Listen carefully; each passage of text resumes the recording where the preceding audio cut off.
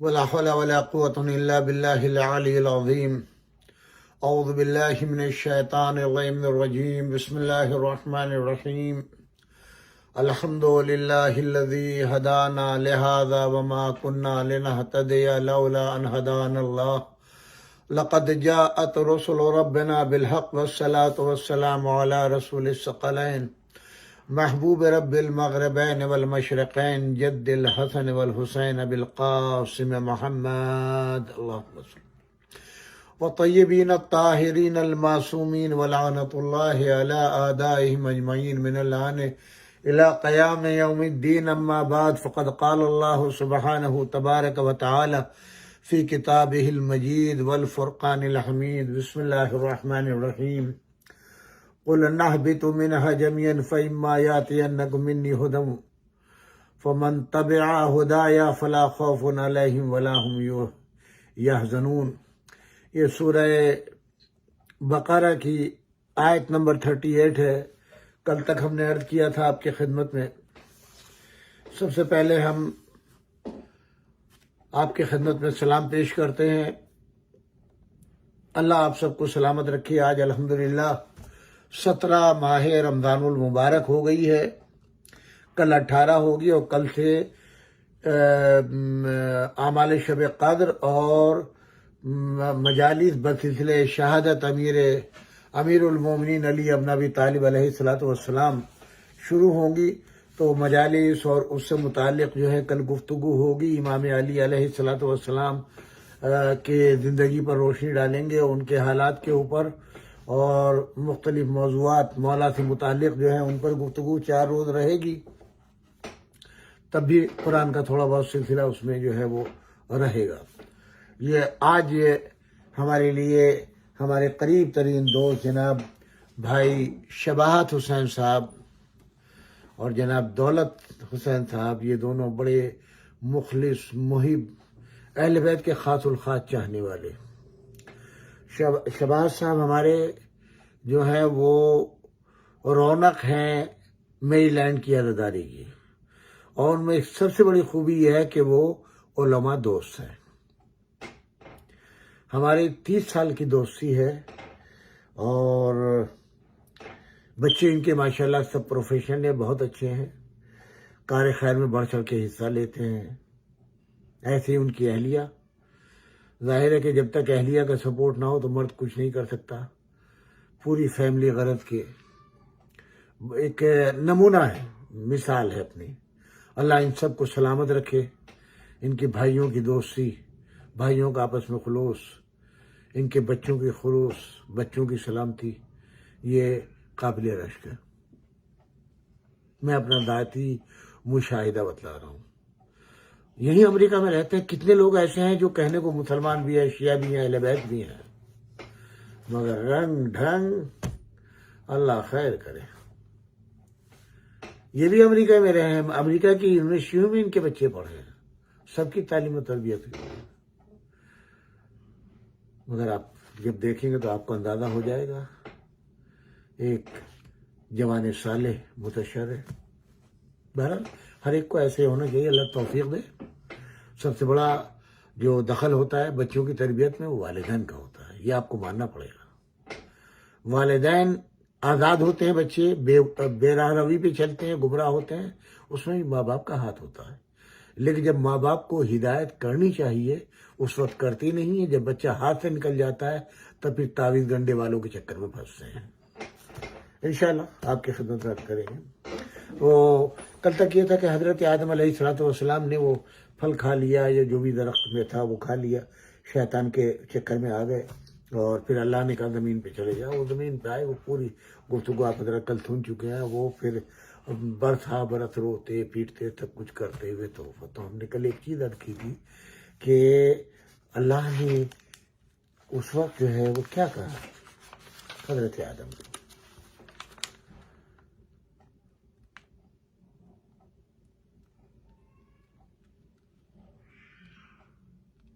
تمہارے رب نے جو تمہیں کلمات فتلقى آدم من ربه کلمات فتاب علیہ, وہ کلمات جو تمہارے رب نے تمہیں تعلیم کیے تھے ان کو وسیلہ بناؤ.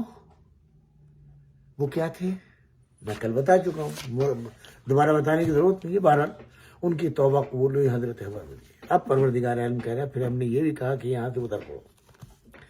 پھر اگر ہماری طرف سے ہدایت آ جائے تو جو بھی اس کا اتباع کرے گا، ہدایت ہمیشہ اللہ کی جانب سے آتی ہے، اللہ کی طرف سے آتی ہے. اور اللہ کی ہدایت جو ہے چاہے وہ کتاب کی شکل میں ہو، چاہے وہ نبو و امام کی شکل میں ہو، اگر کوئی اس کی اتباع کرے گا تو اس کے لیے نہ کوئی خوف ہوگا اور نہ کوئی حزن ہوگا. فلا خوف علیہم ولا ہم یحزنون. نہ اس کے دل کو تکلیف پہنچے گی، نہ اس کو جو ہے وہ کسی طرح کا غم و ہم ہوگا. اور کس کے لیے؟ جو ہدایت اللہ کی طرف سے، چاہے وہ کتاب کی شکل میں ہو، چاہے وہ نبوت کی شکل میں ہو، چاہے وہ امامت کی شکل میں ہو، چاہے وہ رسالت کی شکل میں ہو، اگر اس کا اتباع کریں گے، اس کو لے لیں گے، تو پھر وہ لوگ جو اتباع کر رہے ہیں ان میں کسی طرح کا حزن و ملال نہیں پایا جائے گا. والذین کفروا وکذبوا بآیاتنا اولئک اصحاب النار هم فیہا خالدون. اسی کے مقابل دوسرے گروہ کا بھی اعلان کر دیا، وہ لوگ کہ جو کافر ہو گئے. کافر ہونے کے معنی اللہ کی نعمتوں سے انکار کر دیا، اللہ کی نعمتوں کے منکر ہو گئے، رسالت کا انکار کر دیا، امامت کا انکار کر دیا، نبوت کا انکار کر دیا، کتاب الہی کا انکار کر دیا، ان کی اقدار کا انکار کر دیا، ان کی فضیلتوں کا انکار کر دیا، ان نعمتوں کا انکار کر دیا یا ان کو جھٹلا دیا، تو وہ کافر ہو گئے.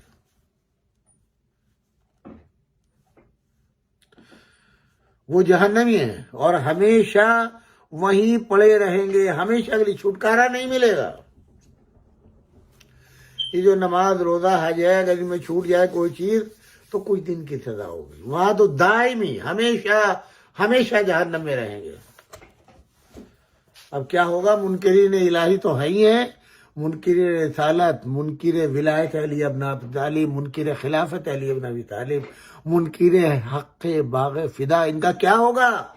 ہمیشہ جہنم میں رہیں گے. نہ نماز کام آئے گی، نہ روزہ کام آئے گا، نہ صحابیت کام آئے گی، نہ جہاد کام آئے گا، نہ ہجرت کام آئے گی، نہ رسول اللہ کا ساتھ کام آئے گا. ہمیشہ وہ لوگ جنہوں نے رسول اللہ کی اتباع نہیں کی، علی ابن ابی طالب کی ولایت کا اقرار نہیں کیا، جناب فاطمہ کا حق کر لیا، یہ سب کے سب ہمیشہ جہنم میں جائیں گے.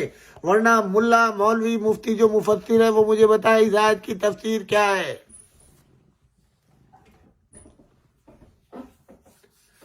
ہم اپنے گریبان میں جھانک کے دیکھیں اللہ کے رسول کی کتنی پیروی ہم کرتے ہیں،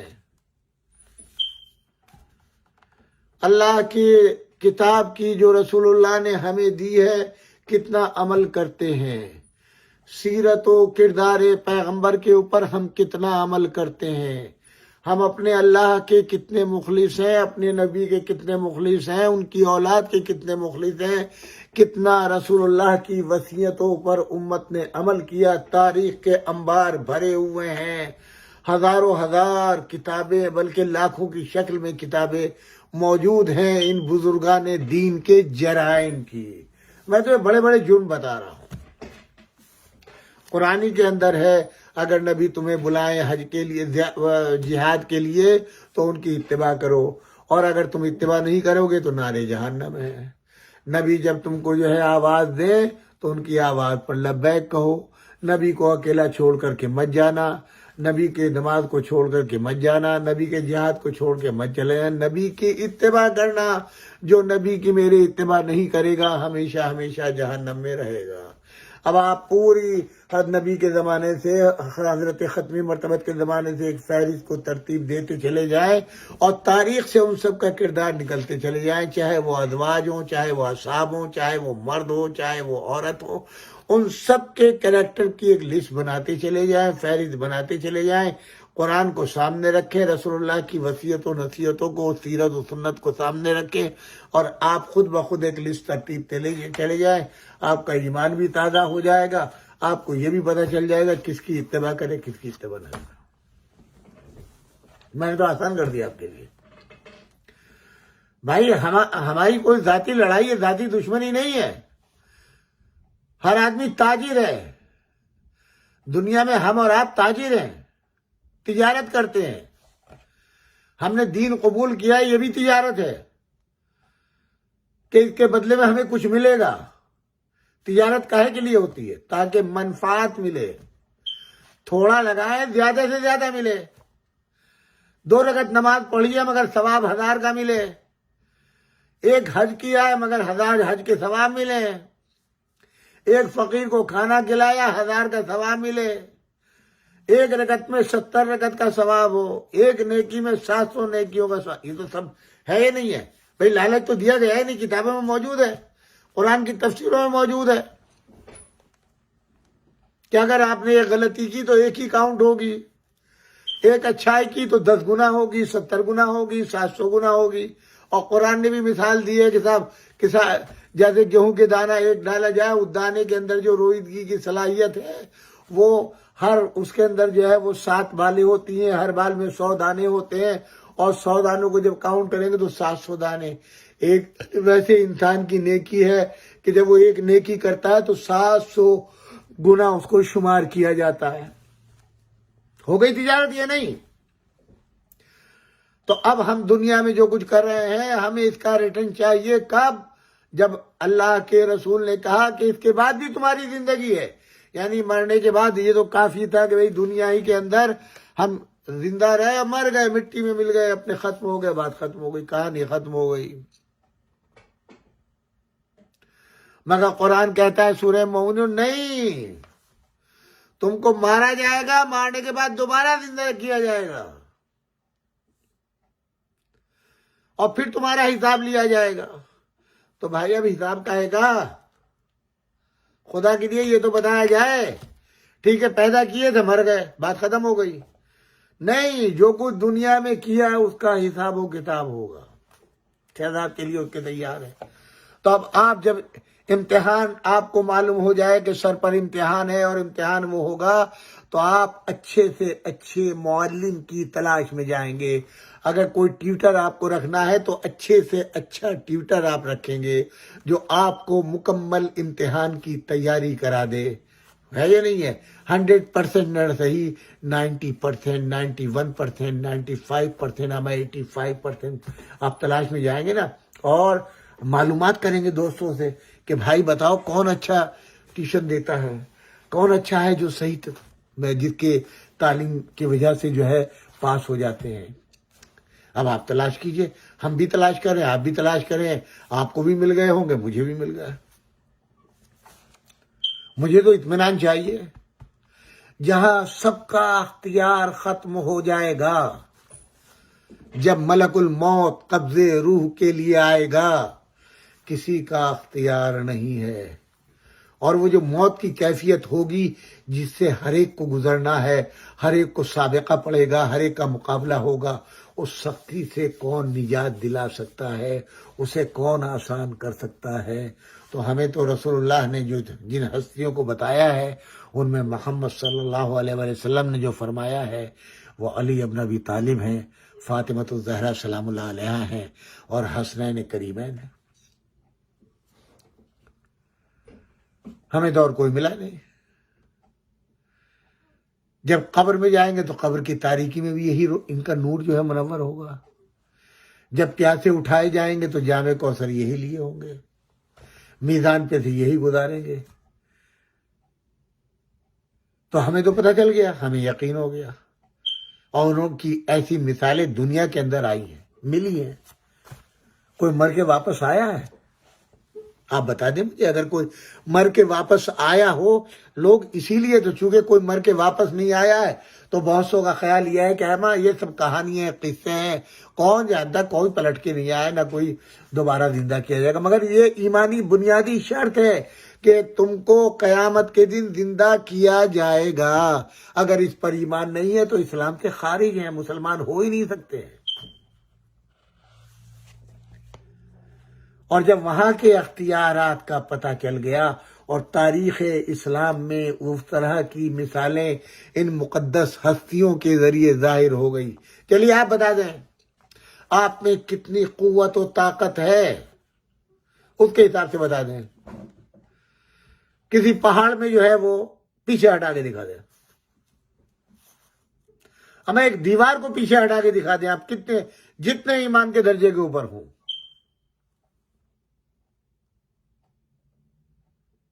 چاند کے 2 ٹکڑے، سورج کو پلٹانا، ستارے کو بلا لینا، یہ میں نہیں کہہ رہا ہوں. علماء نجرائے نصارہ نجران یہ اپنی قوم سے کہہ رہے ہیں کہ خبردار ان کا مقابلہ نہ کرنا. کیوں؟ خدا کی قسم ہم ان چہروں کو دیکھ رہے ہیں، اگر پہاڑ کو اشارہ کر دیں تو وہ بھی اپنی جگہ چھوڑ دے گا. یہ کون ہے؟ مسلمان نہیں ہے، اسلام کا کلمہ نہیں پڑھا انہی نے، یہ مسیحی ہیں، حضرت عیسیٰ کو خدا کا بیٹا مانتے ہیں. یہ مقابلے پر آئے تھے اور یہ کہہ رہے ہیں کہ اب جو میدان میں اس نبی کے، مسلمانوں کے نبی کے ساتھ ہستی آئی ہے، اگر یہ بد دعا کر دے تو سچے تو اتنے ہیں کہ اگر پہاڑ کو اشارہ کریں تو وہ اپنی منزل کو چھوڑ دے گا، اور اگر بد دعا کر دے تو ان کی زبان میں ایسا اثر ہے کہ اے میری مسیحی برادری والو، تم سب کے سب فنا ہو جاؤ گے، نسلاً بعد نسل تمہارا نام و نشان ختم ہو جائے گا. اب یہ آنے والے کون ہیں؟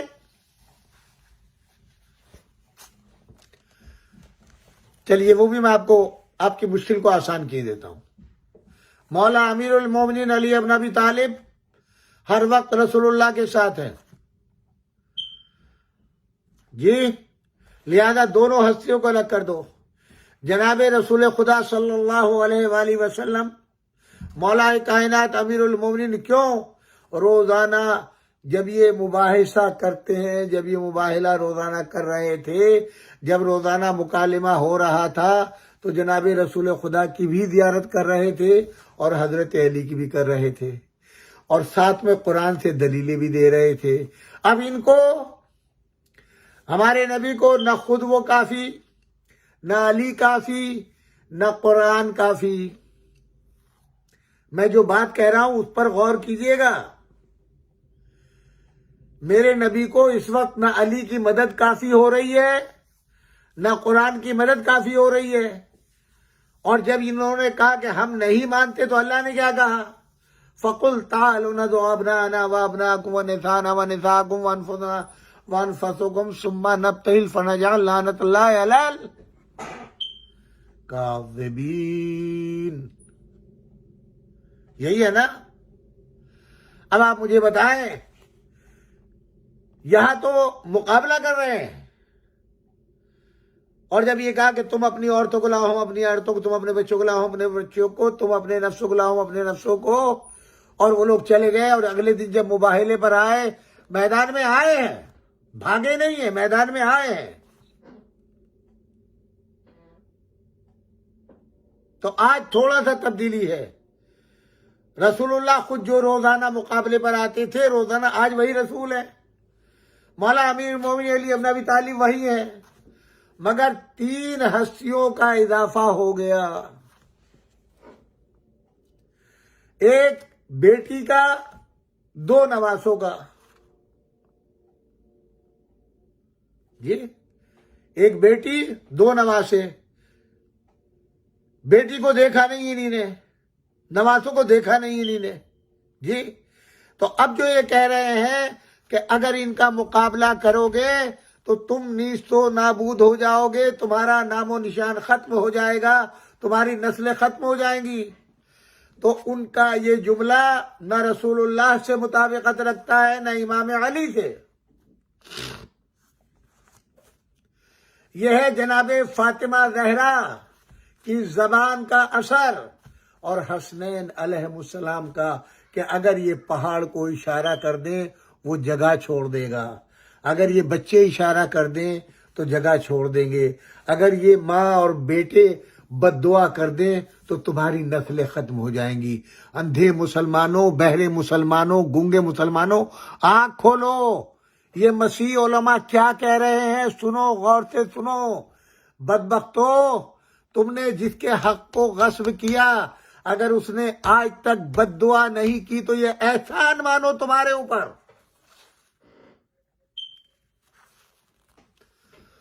خدا لعنت کرے تم جیسے جاہلوں کے اوپر، بد عقلوں کے اوپر، کہ تم زمین کے ذرات، خاک، بے وقت لوگوں کو شہزادی فاطمہ زہرا کے مقابل لاتے ہو۔ ان ذلیل اور لوگوں کو جن کا نہ اسلاف کا پتہ ہے، نہ ارحام کا پتہ ہے، جن کے دین کا پتہ نہیں ہے، جن کے باپ کا پتہ نہیں ہے، جن کی ماں کا پتہ نہیں ہے، ان جوہال کو، مجہول النسب، مجہول النسل کو تم حسنین کریمین کے مقابل لاتے ہو۔ تمہیں شرم نہیں آتی؟ اور ان کے زندہ باد کے نعرے لگاتے ہو۔ اس سے تمہاری اصلیت کا پتہ چلتا ہے کہ جس طریقے سے ان کے نہ باپ کا پتہ تھا، ویسے تمہارے بھی باپ کا پتہ نہیں ہے۔ جیسے وہ مختلف صلبوں سے، مختلف لطفوں سے پیدا ہوئے ہو، وہی تم بھی ہو۔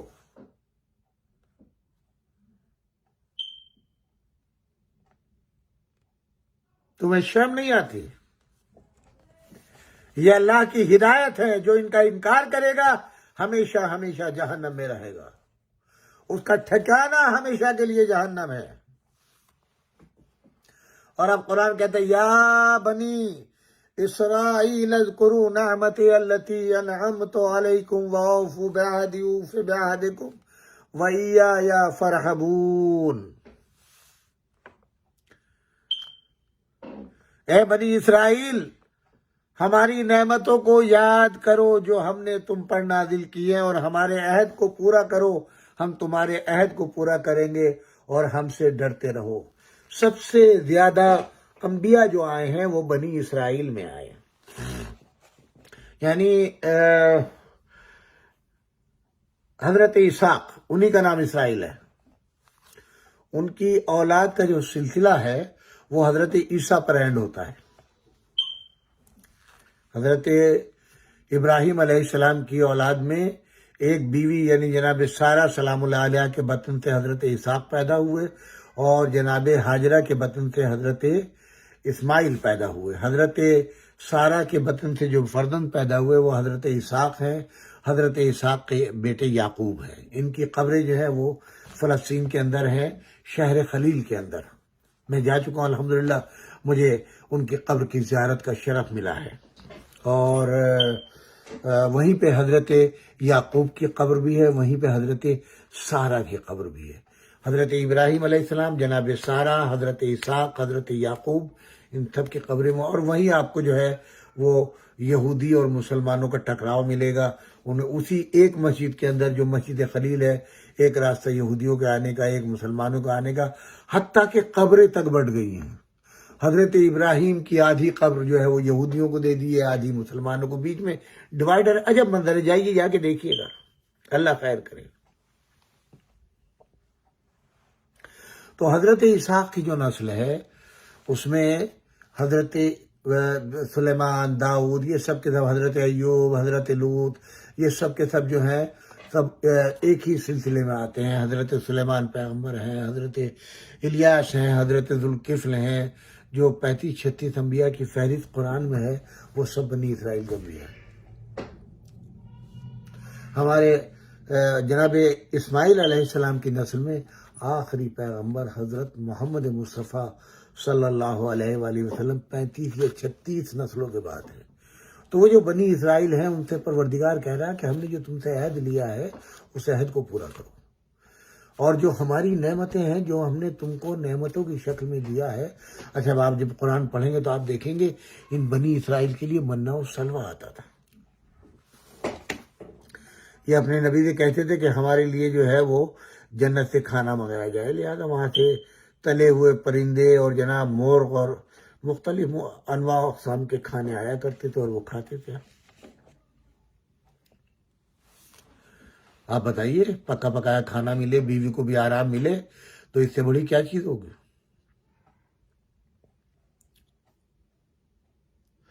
وہ جناب جنت کے نعمتیں آتی رہیں اور وہ کھاتے رہے، اور آخر میں ایک روز کہنے لگے نبی سے کہ یہ کیا ہے یار، ہر روز جو ہے وہ بھنے ہوئے پرندے آ جاتے ہیں، کوئی دال وال شاید کوئی سبزی وبزی کچھ نہیں ملتی۔ تو اللہ نے کہا کہ اے میرے نبی، یہ شکر گزار نہیں ہے۔ آج انہوں نے جو باتیں کی ہیں انہوں نے عذاب کو دعوت دے دی ہے، عذاب کو اس امت نے دعوت دے دی ہے۔ بہرحال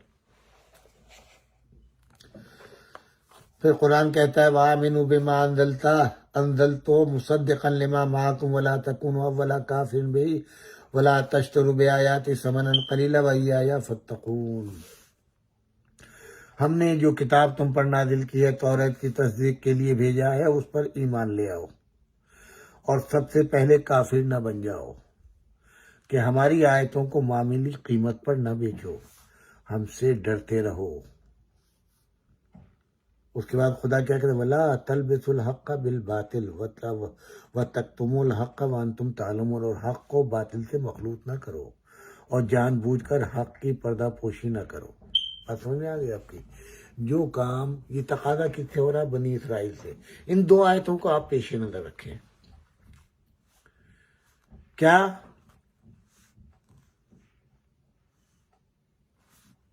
ایمان لے آؤ کس پر؟ کتاب پر،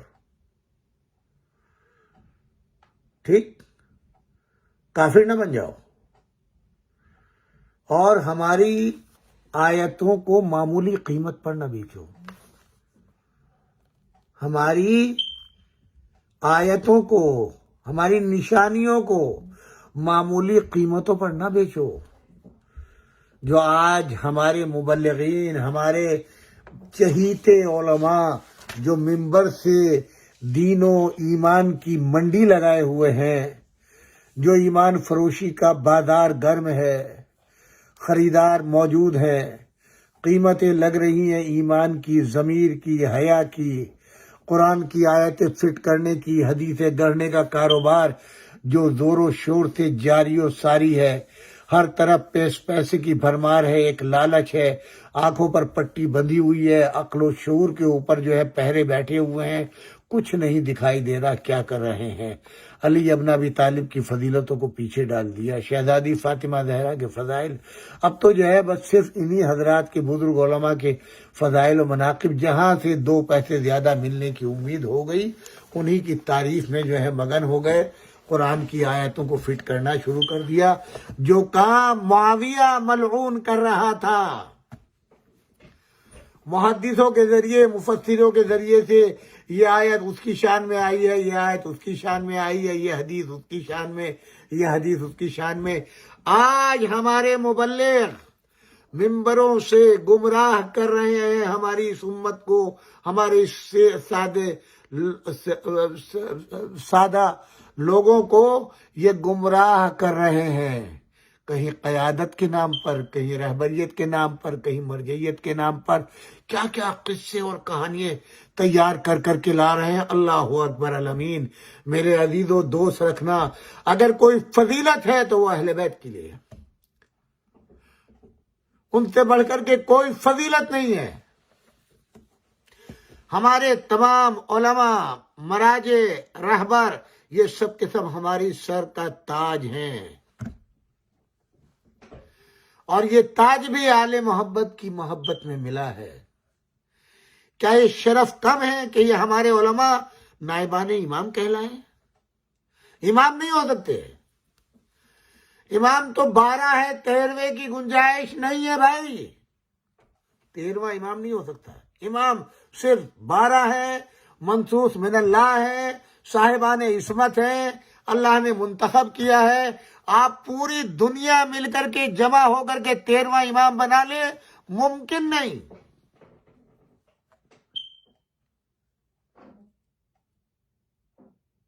ایک سے ایک مداری آپ کو اس میدان میں ملے گا، ایک سے ایک مداری،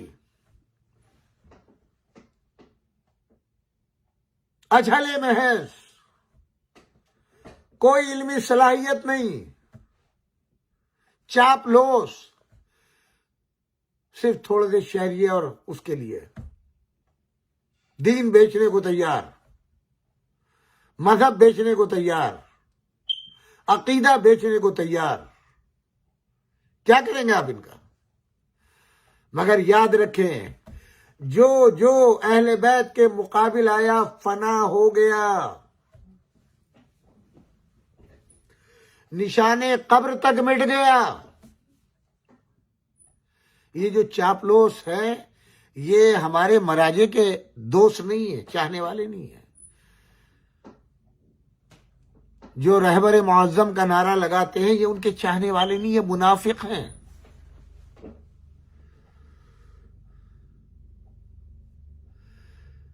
یہ ہمارے علماء یہ سب کے سب خاک کے پائے اہل بیت رسالت ہیں بھائی۔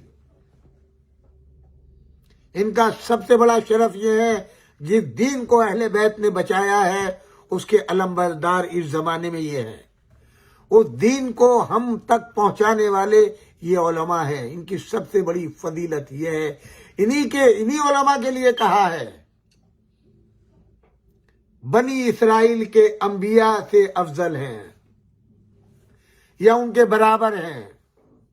میں غلط کہہ گیا ہوں، پروردگار مجھے معاف کرے، ظاہر نبی سے افضل تو ہو ہی نہیں سکتے ہیں۔ ان کے قلم کی روشنائی میدان میں شہید ہونے والے شہداء کے خون سے افضل ہے، کیونکہ انہوں نے صرف ایک مقابلہ کر کے اپنی جان کا نذرانہ دیا ہے۔ یہ ہر روز مقابلہ کرتے ہیں ہر محاذ کے اوپر، چاہے وہ عقیدے کا محاذ ہو، چاہے وہ دین کا محاذ ہو، چاہے وہ قرآن کا محاذ ہو، چاہے وہ کفر و شرک کا محاذ ہو، جتنے یا محبت اہل بیت کا محاذ ہو، ہر محاذ پہ جم کے ڈٹتے ہیں، کتابیں لکھتے ہیں، مقابلے کرتے ہیں۔ اب یہ کچھ لوگ ہیں چاپلوس جن کی کوئی حیثیت نہیں ہے، دونوں جہان میں ذلیل و رسوا ہوں گے، اس دنیا میں بھی رسوا ہوں گے۔ ہر جگہ پھیلے ہوئے ہیں، کیا وقت ہے ان کی، کبھی ادھر کا چولا پہن لیا، کبھی ادھر کا چولا پہن لیا۔ ہم ڈنکے کی چوٹ پہ کہتے ہیں، ہم اپنے تمام علماء کا، مراجع کا، رہبر کا احترام کرتے ہیں اور اپنے سر کا تاج مانتے ہیں۔ اندھے مقلد کسی کے نہیں ہیں، یہی ہمارے رہبر ہیں۔ غیبت امام میں یہی ہماری رہنمائی کرنے والے ہیں، ہم ان کے مقلد ہیں۔ امام خمینی رضوان اللہ علیہ کیا فرما دی گئے؟ یہ انقلاب کچھ نہیں ہے، یہ سب کا سب مجھے کربلا سے ملا ہے۔ ہم اپنی جانیں قربان کرتے ہیں ان علماء کے اوپر، اور حکم دیں گے تو بالکل کریں گے، مگر ایسے نہیں ہے کہ ہم ان کا تقابل اہل بیت سے کرنے لگے، ہم قمبر سے کرنے لگے، ہم ابو ذر و سلمان سے کرنے لگے، ایسا ممکن نہیں ہے۔ سورہ کوثر کو فٹ کرنے لگے، سورہ انا انزلنا کو فٹ کرنے لگے، سورہ دہر کی آیتیں فٹ کرنے لگے، یہ ایسا ہم نہیں کر سکتے۔ یہ تو صرف چاپلوس، بے ایمان، دین فروش، جس کے حسب و نسب میں کمی ہوگی وہی کرے گا۔ اس لیے یہ اہل بیت کی فضیلتیں ہیں، یہ چوری کر کے دوسروں کو نہیں دی جا سکتی۔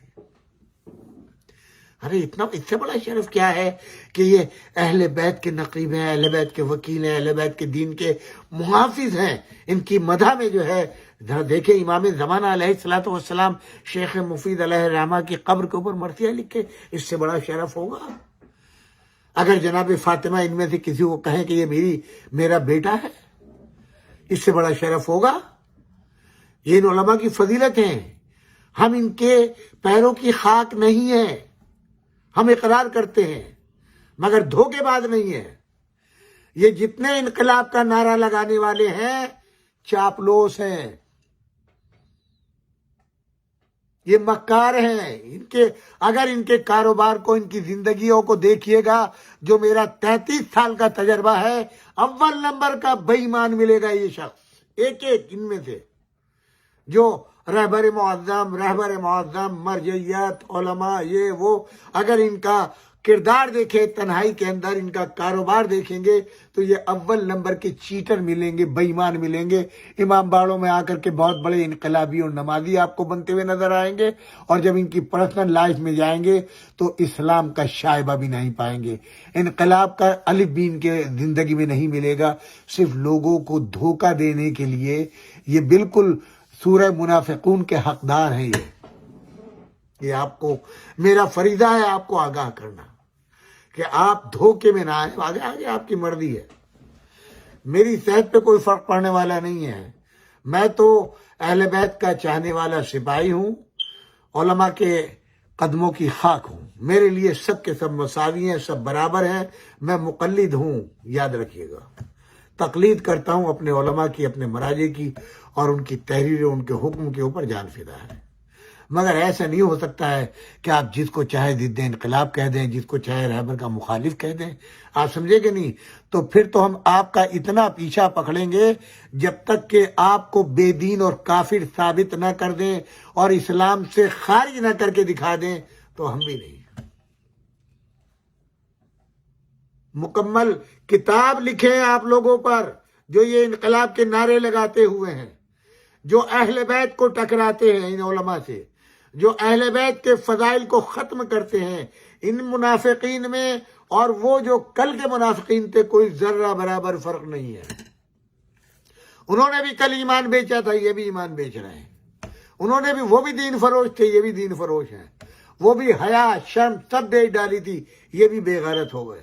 دیکھ لیں آپ، دعوت عام ہے. آپ ان کی پرائیویٹ لائف کو دیکھیے تو آپ کو پتہ چلے گا کتنے دیدار ہیں یہ، کتنے دین کے چاہنے والے ہیں، کتنے یہ وقت پہ نماز پڑھنے والے ہیں، کتنی یہ علماء مراجع رہبر معظم کی تعلیمات پہ عمل کرنے والے ہیں.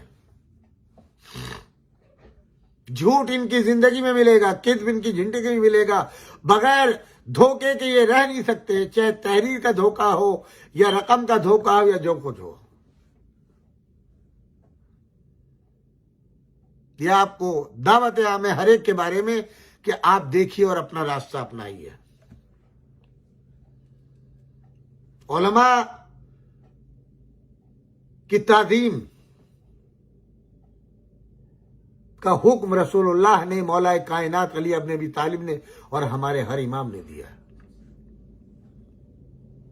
عالم کی صحبت میں بیٹھنے کا اجر و ثواب بے حساب ہے. حتیٰ کہ یہ حکم ہے جس بستی میں کوئی عالم نہ پایا جائے اس بستی کو چھوڑ دو. کیوں؟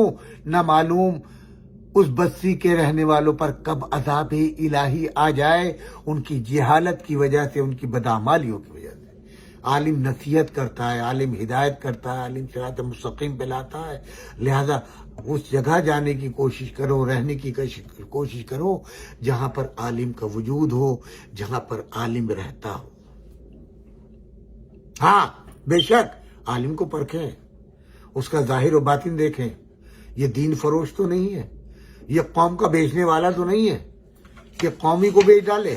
بالکل آپ کا فرض ہے، آپ کا وہ ہے، شرعی حکم ہے. ہر غیر تو غیر کے پیچھے آپ نماز نہیں پڑھ سکتے.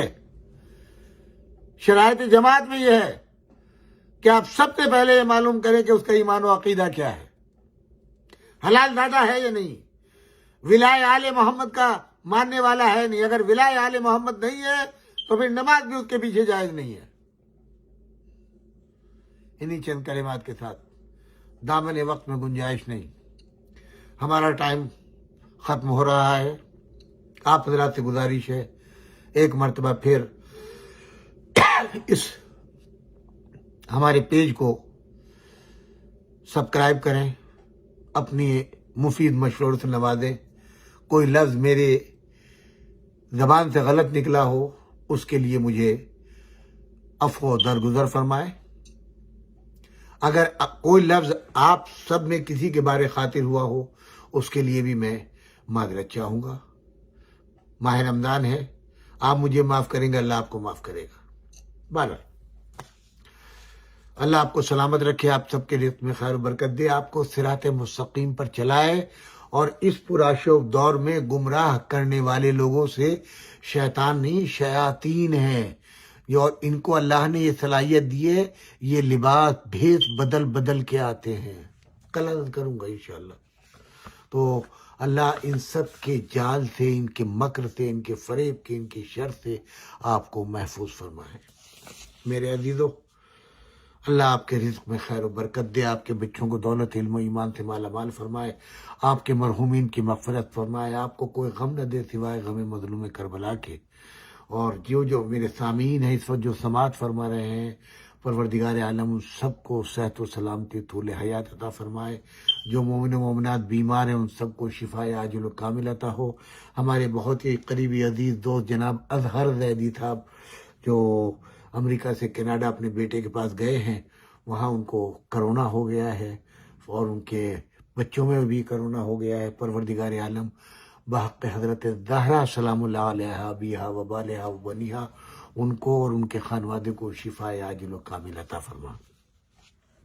اور جو مومن و مومنات بیمار ہیں ان سب کو شفا عاجل و کامل عطا فرما. پروردگارہ کربلا کی زیارت نصیب فرما، حج کی توفیق عطا فرما، ظہور امام زمان میں تعجیل فرما، ان کے اعوان و انصار میں ہم سب کا شمار فرما. آپ حضرات سے گزارش ہے 1 مرتبہ سورہ فاتحہ، 3 مرتبہ سورہ توحید کی تلاوت فرما کر آپ تمام سامعین جن کے والدین انتقال فرما چکے ان کے لیے، جن کے آئزہ و اقارب انتقال کر چکے ان کے لیے، بالخصوص جو ہمارے آج کے مخلص دوست، ہمارے بھائی اور ہمارے سپورٹر جناب شباہت حسین صاحب اور دالر حسین صاحب، ان کی مرحومین کے لیے، خاص طور سے جناب ان کے والد بشارت حسین صاحب مرحوم، جن کا انتقال میدان عرفات میں ہوا تھا اور ان کا جنازہ علامہ ذیشان حیدر جوادی صاحب نے پڑھا تھا. آپ ان کے نیکیوں سے اندازہ لگا سکتے ہیں کہ کہاں موت آئی ہے. اور ان کی والدہ مرحومہ کشوری فاطمہ، رضیہ بانو اختر حسین کنیز فاطمہ اور حیدر جہاں بنت میر کاظم علی زیدی، ان تمام مرحومین کے لیے، میرے والدین کے لیے اور خاص طور سے ہمارے دوست، محبوب دوست، سرپرست اور مربی قوم علی جناب مولانا سید تلمیذ الحسنین رضوی صاحب قبلہ علی اللہ مقامہ کی روح کو شاد کرنے کے لیے ایک سورہ فاتحہ. والسلام علیکم ورحمۃ اللہ وبرکاتہ.